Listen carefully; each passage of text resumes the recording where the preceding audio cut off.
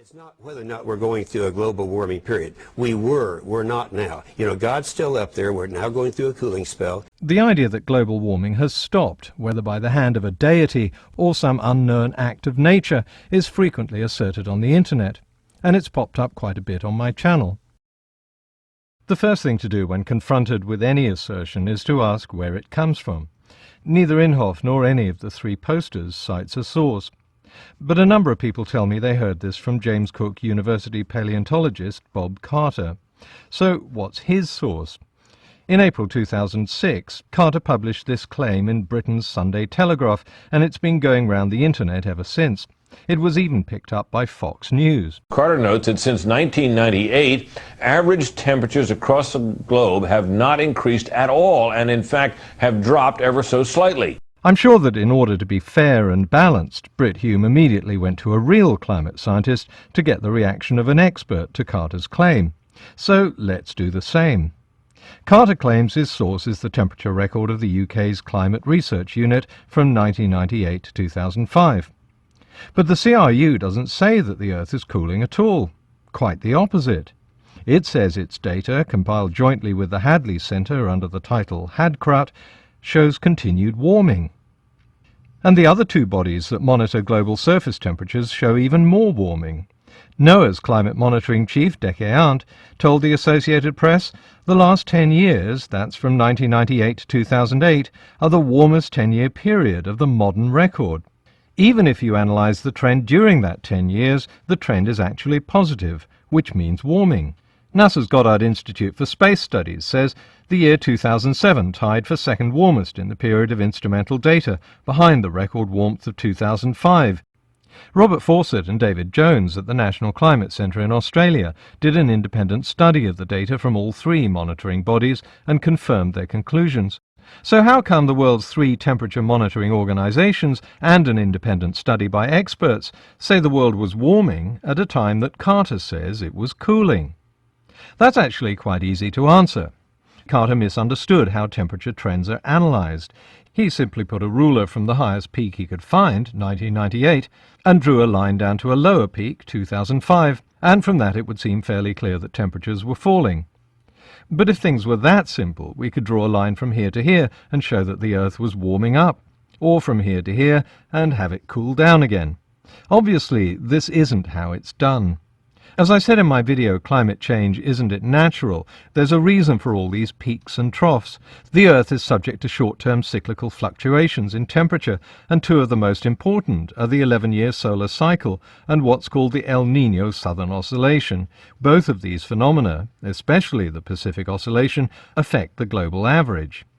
If we pull back from the time period Carter focused on, we can see that his starting point, 1998, showed an exceptional spike in global temperatures, because 1998 was an exceptionally strong El Niño year. Conversely, late 2007 not only saw a La Niña year, which lowered average temperatures, it coincided with the bottom of the 11-year solar cycle, when solar irradiance is at its weakest.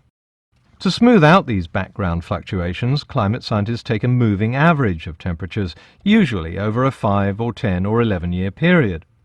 That's why experts say the moving average shows the underlying trend is still upwards.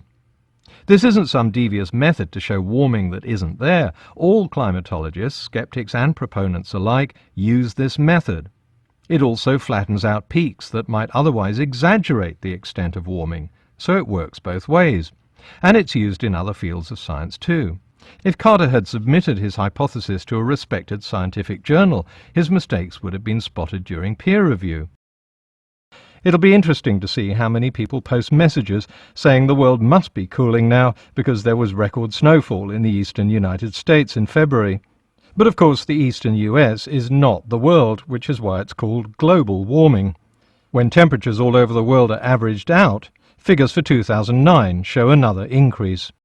Let's move on to another myth that made it onto the forum of one of my videos. Again, no source. We simply don't know where this assertion comes from, but I have seen it copied and pasted all over the internet, and it's not correct. A study in the late 1990s, for example, showed that Uranus was cooling. In any case, if this claim is supposed to show that all the planets are being heated up by increased irradiance from the sun, that's not backed up by scientific research either. We don't need to go all the way out to Pluto to measure solar irradiance. We've got instruments in orbit that can do it directly and far more accurately. And they show no significant increase over the last 30 years. But I agree with the second point. The warming or cooling of other planets is obviously not the work of man. Planets are subject to many of the same factors that influence climate on Earth. According to research published in Nature, Mars is warming because dust storms have exposed darker ground, which absorbs more heat.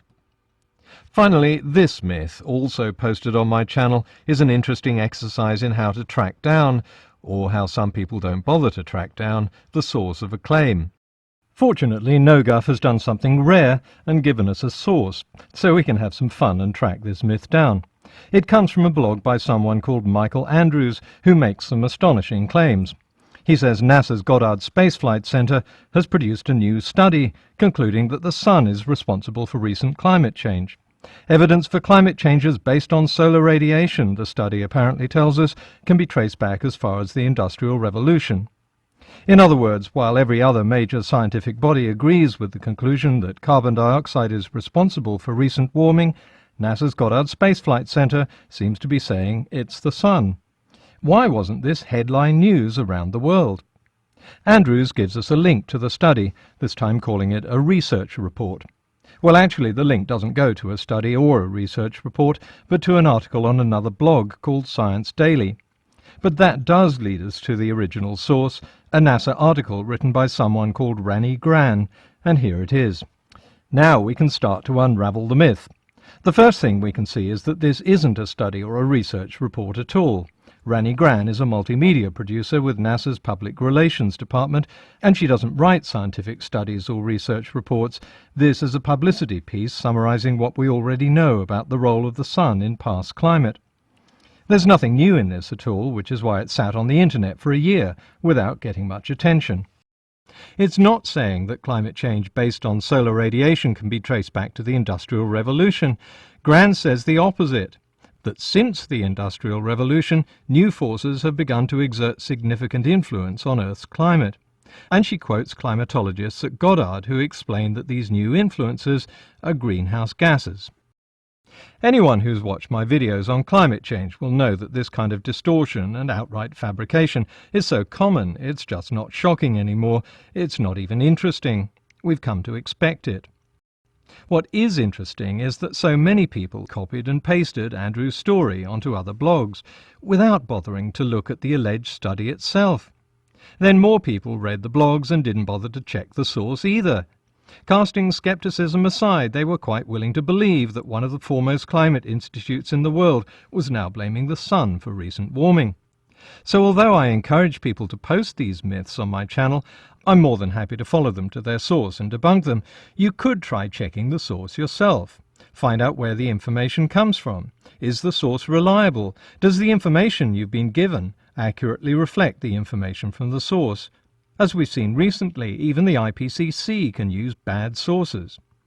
That's why I try to source all the information on my videos to peer-reviewed scientific papers published in reputable journals, or at least to qualified researchers and scientific institutes. Not amateur blogs, not gossip from my local bar, or radio shock jocks, or Sunday newspapers, or Glenn Beck or Al Gore, or even the IPCC.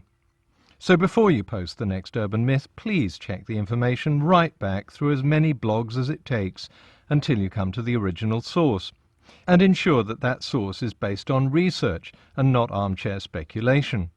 And if you see a piece of information without a proper source, be skeptical.